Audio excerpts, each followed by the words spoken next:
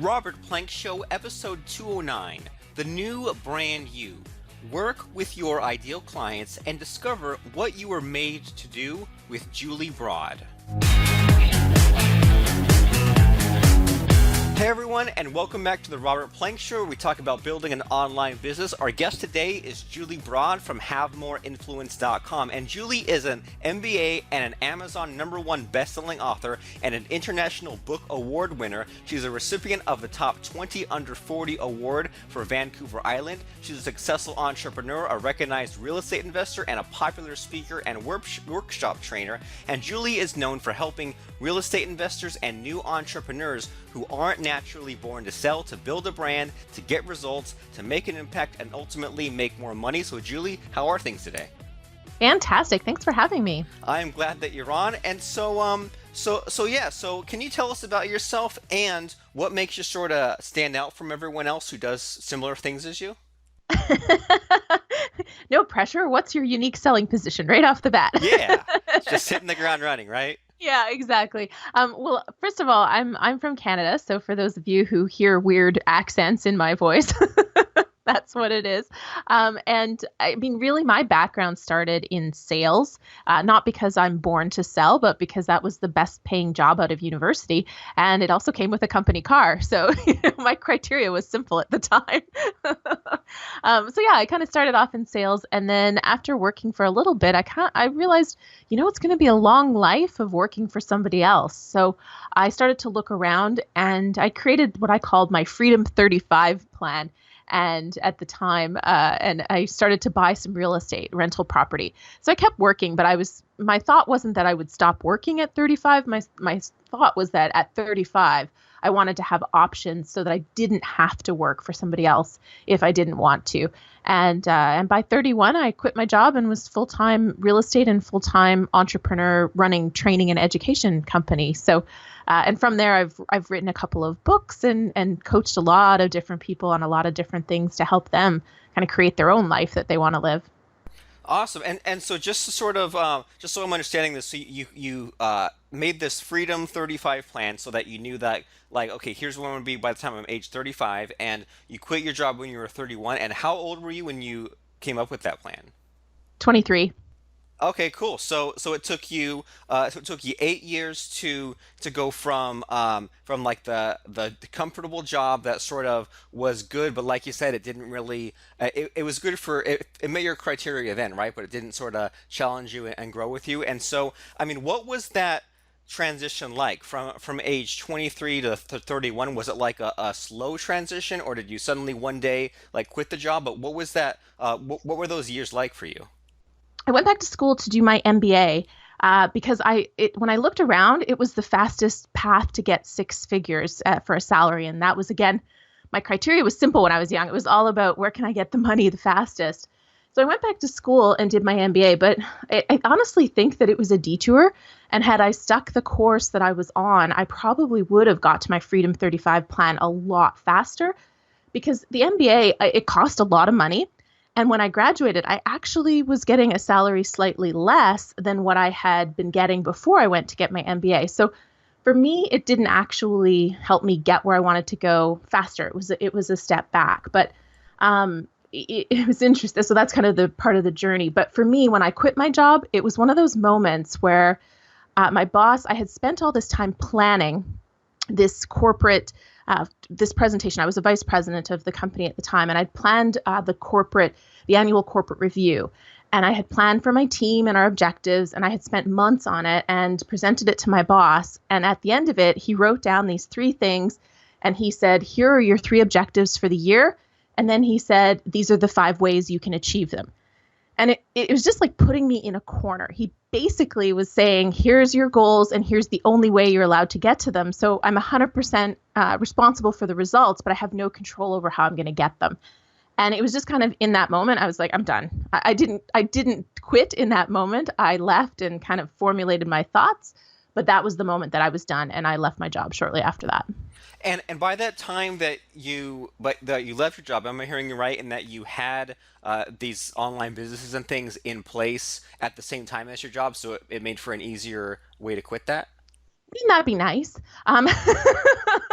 That would have been the smart way to go. I had a decent real estate portfolio. I think at the time I owned 12 properties. So I had something to fall back on.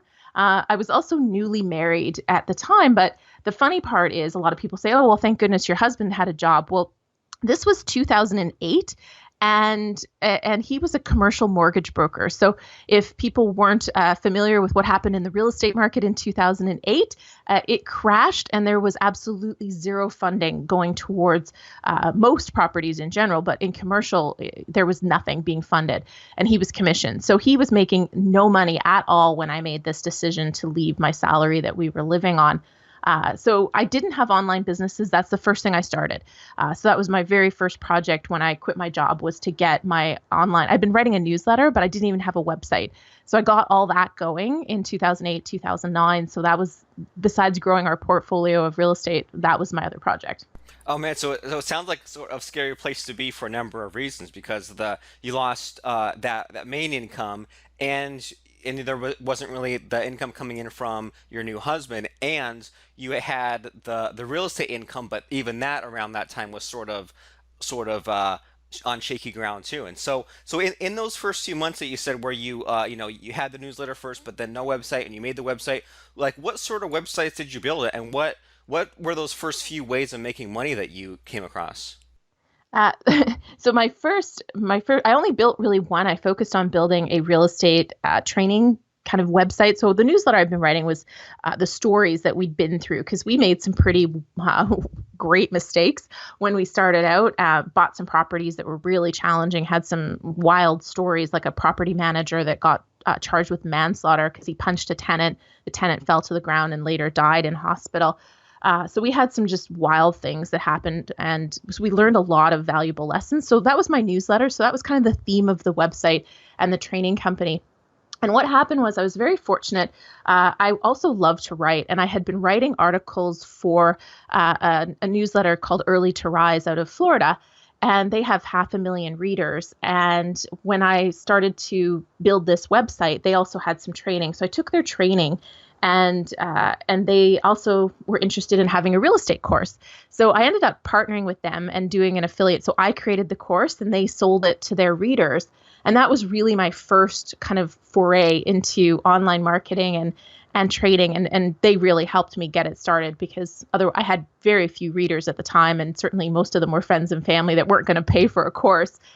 So first, that was the first source of income was the affiliate marketing, but it was my own course. They were the ones selling it.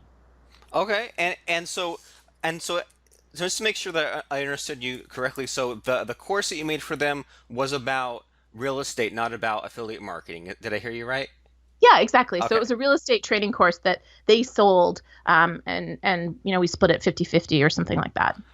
And that's cool because that you kind of took a shortcut there instead of you having to do that whole long process of instead of you having build a list and run ads, you just partnered up with someone else who needed someone with this skill to train on this thing, and then your upside to that was you tapped into this whole list that otherwise might have taken you years and years to build. So that's awesome. Yeah, it worked out really, really well. And it was one of those relationships that was very positive for both of us, because I was a client. I had taken their courses to learn how to build a website and do online marketing. And then they needed this content. And so then I became a great testimonial for them as well, because they had helped me launch my business. And so I was able to provide them with testimonials. And of course, they helped me make money at a time when I really needed it. Awesome. And even like the business partner that I've had for the past like 8 or 9 years or so kind of came to me the same way, like came first as like a buyer, as a student, and then found a way in, an opportunity, and kind of went in from there. And so when you made this real estate course for Early to Rise, could you sort of tell us like what exactly was it? Like was it like videos, and how much videos, or like when we say a course, like what are we talking about exactly? Well, again, this was 2008, 2009. So video was not really the thing yet. It was starting, but it was not the primary thing. This was a physical course. This was actually in a box that went to your door, something that doesn't happen very much anymore. But it had audios And it did have what like kind of screencast type videos in it, and it had a giant workbook that kind of walked you through all the steps to figure out where you want to invest and what kind of strategies you want to do and how you analyze the properties. So it was just a big box with CDs and workbooks that hit your door.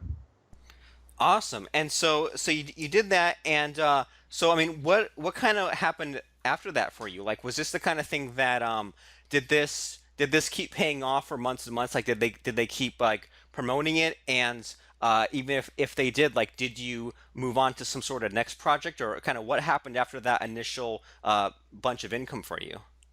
I started to refine who I wanted to work with. One of the big things that became very quickly apparent to me was that there were some significant differences between investing in Canadian real estate and investing in US real estate.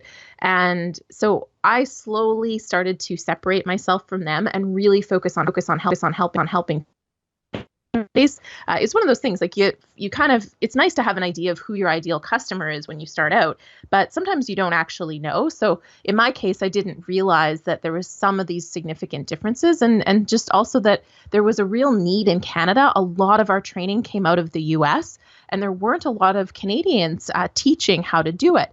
So for me, it was a niche, and it was also one that made sense because of those nuances. So I really kind of backed away from taking on American clients and really started to focus my marketing and my platform building in Canada. And what also happened was, as I built my brand and became known as this real estate investing expert across Canada, I also because we were growing our real estate portfolio, this also helped us have people call us and want to invest with us, which was a big portion. We needed to raise money because the banks weren't financing us, and we ran out of money for down payments for properties anyway. So we needed to raise capital. And so the two went hand in hand and worked really well for us because people would call us and either be interested in working with us as their coaches, or they would call us and want to work with us to invest in property. Cool. So it kind of so you led from one thing, which was just to teach real estate in general, and then from those buyers and from the sort of the hangups that you noticed from people buying and things like that, you noticed that, well, there were these differences between American and Canadian real estate. So then you said, okay, well, now I'm going to sort of niche even further down to teach Canadian real estate. And you had so you said that you taught this, and that led to other investors finding you. So did you make your own sort of training course on your own for this, and then the investors found you from this training course that you'd created? I mean, we did it separately. Like, we were really trying to. One of the things that I really wanted to make sure was that when I'm training somebody, I'm training them with the pure intent of helping them make better decisions to make for their investments. And if somebody's coming to work with us as an investor, I want to be working with them with the pure intent to get them the absolute best return. And what I find is that it's really hard to play both roles. So, it's, if you're always thinking maybe this person will just not do the work and invest with me, then you're not actually going to be able to go into it and genuinely coach them and teach them the way they need to be coached. So we actually really tried to keep them separate. And so we would raise money in a very different, we'd look for different people for that than for our education and training company. But what just naturally happened was the credibility and the brand and the name recognition that we built across, and it was primarily me that built it across Canada, not my husband. He was the one that ran most of our investment business.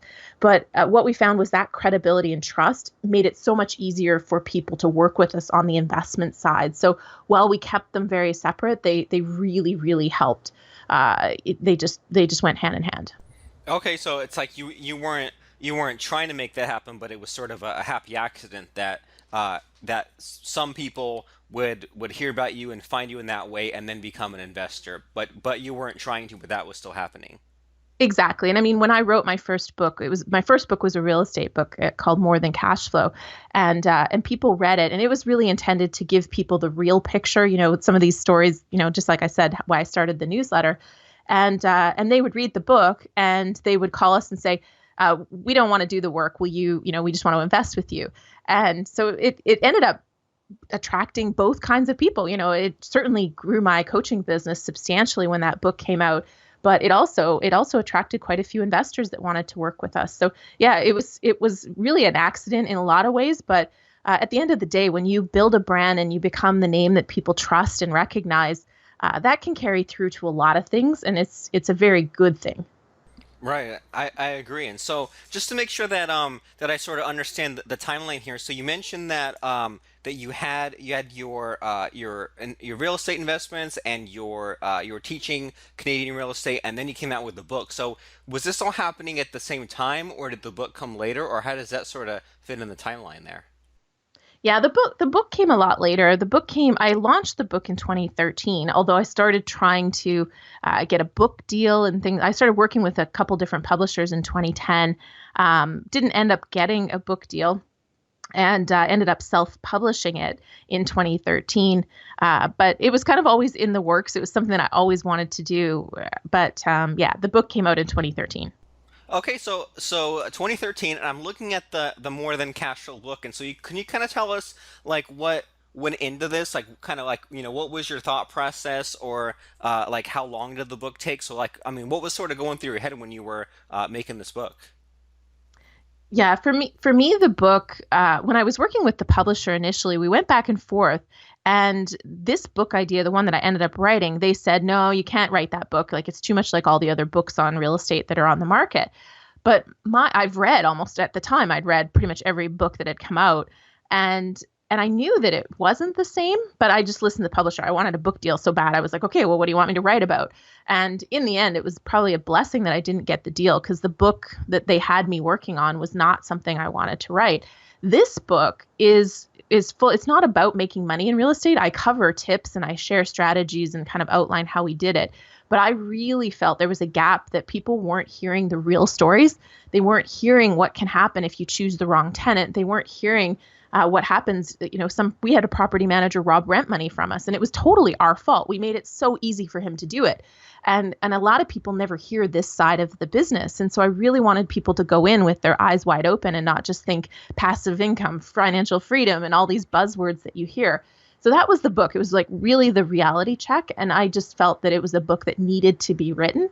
And so I wrote it. And it was interesting because the reason we didn't get the publishing deal was the publisher felt that we just didn't have a strong enough platform to sell books.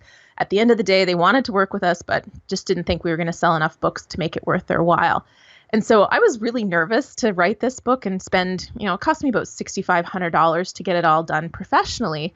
And when I launched the book, I was worried nobody was going to read it, nobody was going to buy it.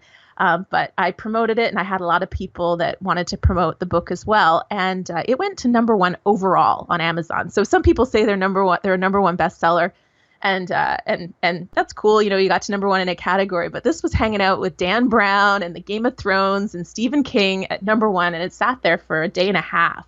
Wow. So it was pretty extraordinary. I mean, self-published book to do that, and especially one in a niche category, it's very rare. So for me, it was a pretty cool moment because I was rejected because I didn't have a strong enough platform to sell books, and then it went to number one. So I mean that's a pretty good story there. That's a pretty good way to show them, right? They for their own reasons they didn't want to do it, but I mean you went in and did it yourself. And so I mean what went into that? Like what sort of actions did you have to take in order to get that to number one? it came down to a couple of key things. I mean, I did a lot. I did a media tour all across Canada. I went on TV, radio, all across Canada to promote it, and I did book signings in bookstores. Basically anything that I thought could sell books, I did. But to get it to number one, it really came down to two things. And one was that I did have a decent platform. I had 10,000 newsletter readers, and 10,000 at the time was like 6,000 people that were actually reading my newsletter. A lot of times only 20% are opening. At the time, it was about a little bit over 6,000 actually read them. So that was a decent chunk of people who were actively reading my material every time I sent it out. Plus, I had some great friends with great readers, great communities, and they promoted it really, really strongly in that first week as well. And so I think we probably had a reach of 100,000 people that were actively interested in this subject and were a good fit. And we had a few cool bonuses. So when you bought a couple of books, you got a few bonuses that were worth a lot of money. And were actual like high value bonuses. It's hard to come by these kind of things, but But I had a course that somebody had stopped selling because he'd actually left the real estate training space. But it was a really great course for Canadian investors.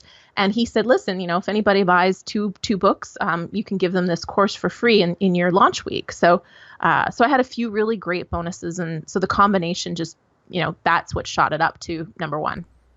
Cool. So you had your existing newsletter readers, and you went on your media tour all across Canada, and you had these bonus packages. So if people bought multiple books, they could get this package. And so you mentioned that you did this media tour. I mean, how much of a tour are we talking about? Were you doing like 5 interviews a day for how many days? I mean, like how much of a tour was this? It was spread out over a couple of months. So like I said, it didn't contribute to the number one.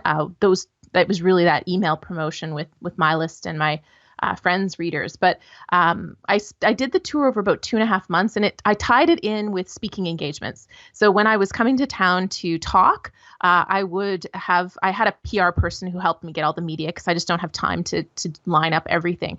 And so she would just when I knew I had to go to a city, she would contact the media in that city and line up as much as she could. So sometimes I would just have a TV interview or just a radio interview, but a lot of times I'd have newspaper interview and photos and then TV and radio all in the same city, and it would be right around when I'd be doing it. But Canada's really big, so it wasn't like I just packed a suitcase and went out for a month. I would go home in between and just kind of pick and choose as the speaking opportunities came. I would line up the media to go along with it. And how many total appearances would you estimate you did total for that? I don't know, maybe 15 or 20. So not a ton, but they were quality, right? It was all about having that perfect target audience, the people who were, they're already real estate investors or interested in real estate, and they're already, they're in Canada. So it was already a perfect fit. So it was quality, not so much as quantity. Okay, yeah, and it sounds like just like as I'm sort of hearing more and more about your sort of unique slant on real estate and more about this book, it sounded like it kind of checked all the boxes, right? Like it's this really sort of mass market thing that everyone needs, but there seems like that there was this gap to be filled. And so am I right in sort of hearing that maybe the gap that needed filling what were these sort of well, number one, like the Canadian specific stuff, but also like sort of these horror stories so that people could sort of get the point, but also like know why it's important. I mean, were the stories in the book like helpful in making it stand out? I think so. I mean, I think a lot of things about the book at the time were really different. It was somebody not just talking about how to make money. It was somebody saying, okay, real estate's great, but here's some things that nobody's telling you. And here's some of the myths that everybody seems to buy into that, here's my perspective on them. So I think it was that, but definitely stories, because they were all true stories and real and stuff that a lot of people just weren't hearing about ever. And I think that combined with my own kind of personality made it very unique. And it sounds like with all those sort of the myths or the gotchas, it sounds like that made it like really easy material for you to kind of play off to get from when you needed to have like a sound bite or needed like something quick on the news or the radio to sort of get attention. You can just like go to one of those myths or one of those stories. Yeah, exactly. A lot of times that's where they would start. They would always want to talk about the local housing market. What should buyers be watching out for? But then yes, the myths are a common place that people want to talk about. And horror stories. News loves horror stories too, right? Oh yeah. So they'd always want to talk about that. Well, so cool. So that sounds like that went very well for you. And then I'm looking at as I was looking at that book on Amazon, the More Than Cash Flow, I noticed that you have another book that's the New Brand You. So is that so? I mean, so what happened after that real estate book launch? Did you go right to the new book, or was there some other stuff that you did to make money? Yeah, no, from that I was really transitioning at the time. I was helping a lot of real estate investors raise money, and as part of that, because it's really hard to cold call and to get people interested in the first place, it's much easier to have people calling you with interest. And so doing that, for me was building a strong brand. And so I started helping real estate investors in particular build their brands so they could raise money and even attract deals. And bit by bit, I slowly started to transition from real estate focused training to helping people get more comfortable selling what they do and also build their brand. And then it just kind of happened that my husband, we were having a conversation one day. We'd worked on a commercial deal and the deal fell apart. And I kind of said to my husband, well, it wasn't in our plan to buy another property anyways. So, what are you doing this deal for? And he said, well, I'm kind of bored. Like, what else am I going to do? And I said, what else do you want to do? And he started giving me all these ideas of ways he could make money. And I said, you know what? Forget about money for a second. Like, if money was not a factor, what would you do? And he said, well, I'd be in a rock band or I'd be an actor. And I said, okay. I said, cool. So what's more likely? And he said, well, I don't play any instruments and I'm not that great of a singer. He said, so I'd probably be an actor. And I said, okay, well, why don't you take a couple classes and see if you like it? And so he started, it turned out he loved it, and he started pursuing a career as an actor. So we needed to shift away from real estate because I couldn't run 2 real estate businesses by myself. And I'd already been training a lot of people on branding. And so I just shifted from real estate specific to branding specific. And again, same things. I felt there was a lot of stories out there talking about, a lot of people make it sound so easy to sell, or it's naturally born salespeople who are teaching people how to sell. So I wanted to share the insights from somebody who's a very strong introvert, who's terrified of selling, who made it work and built a brand and was able to build 2 good companies from it. So that's what the new brand you is. Awesome. And so speaking I guess first of all, how's your husband's acting career going? What's he landed? He's got an ABC show with Jenna Elfman that he was on an episode of. And I mean, it's a tough industry. And there's a couple Canadian shows that people might know, the Romeo Section and things like that, and a Dairy Queen commercial. Awesome. But I mean, it's a tough industry. I mean, he'll go to 40 auditions to get one part. And a lot of times you get no feedback. It could be your look. You could have sucked. You just don't know. But, he loves it and he's having a lot of fun and will probably move to Los Angeles for a few years to give him a better chance, because there's a lot of filming in Canada, but there's not a lot of parts that are good that get auditioned out of Canada. So yeah, it's been an adventure. Cool. And so, I mean, what capacity are you serving in that? Are you like his agent or something like that? No, I stay out of it for the most part. I'm just cheerleader. Oh, okay. Yeah, we've worked together for a long, long time. And I think that especially in a business where there is so much rejection, I think it's better to have someone that's just in your corner, supporting you no matter what, and then hire the professionals to do the rest. I don't always think that's the best strategy, but in this case, I certainly feel like my best role to help him is to just cheer him on.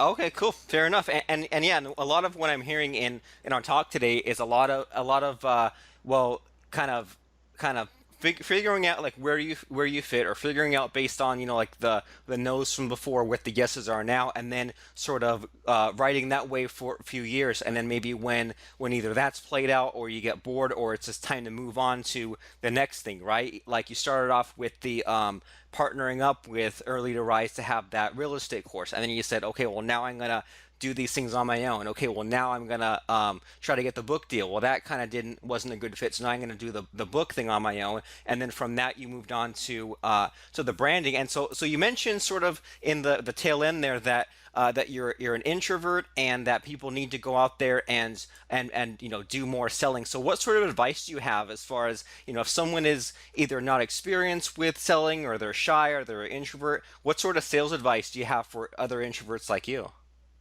Well, that's really why I wrote the book, The New Brand You. But for me, there's kind of 2 things. One was to flip it. So it's not about selling, it's about serving.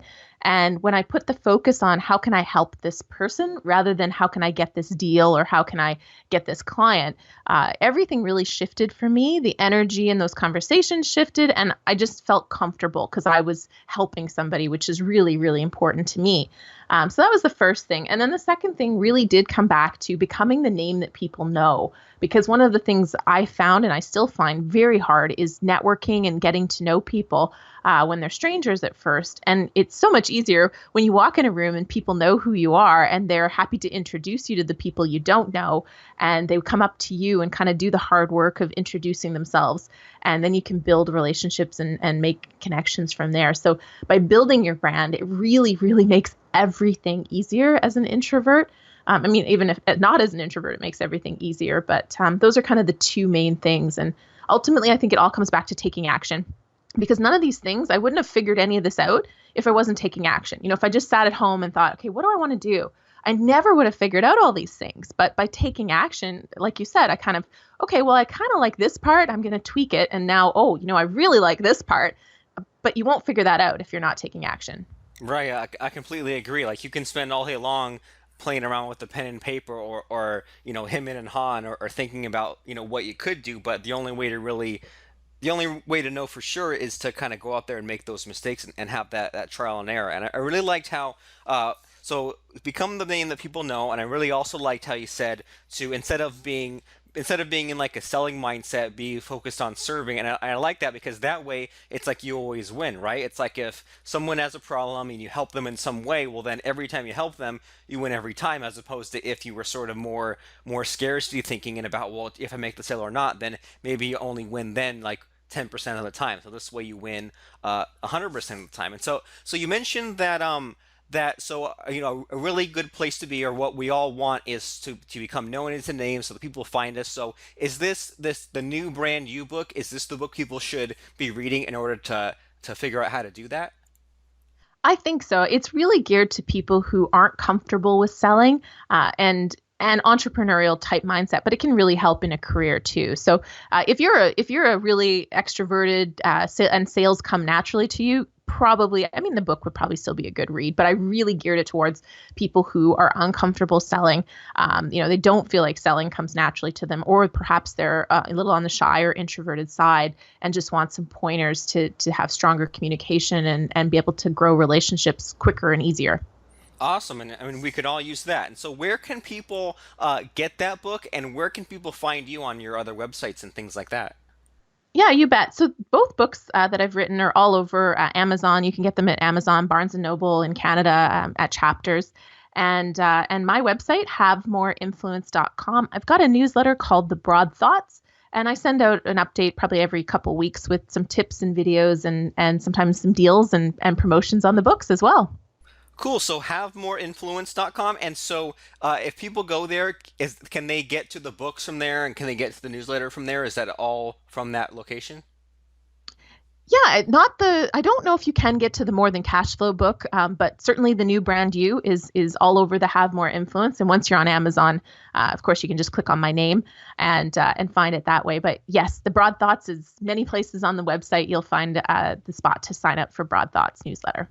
Perfect. So, I mean, lots of cool stuff in today's show. Not only from, these sorts of stories are awesome. Just to kind of go through your thought process and kind of look back and see, okay, well, here was sort of this corner you were backed into back then, and then here's based on what you had then, what you did, and then you moved on to that next point, and then at that milestone, you said, well, now here are my new problems, and here's my next course of action. So it's really cool just to sort of hear the ups and downs from you, Julie, especially the big successes, and especially to figure out, like, out of all the things that you did, those handful of things that you did right. So I really appreciate you, and I really appreciate what you've done and your entrepreneurial spirit. I think that everyone should go to havemoreinfluence.com. And thanks for stopping by the show, Julie. Thanks again for having me. You're very welcome. Oh, fuck. Ah, fuck. Ah, crap. Stop. Do you have a website? Is it run on WordPress? Do you even know how many sites you have out there, including old sites, half-finished sites, client sites, test sites, and more? What do you do when a new version of WordPress comes out, or even an update to your favorite plugin? Do you let your websites just sit there and go out of date? Or even worse, do you have to log into each of your sites one at a time to run updates? Do you leave everything to chance with automatic updates that might break your sites in the middle of the night? There's a better way, and it's called Website Remote. For just one low monthly fee, you can update, monitor, and log into all your sites in one click. Go to websiteremote.com/trial to claim your access today.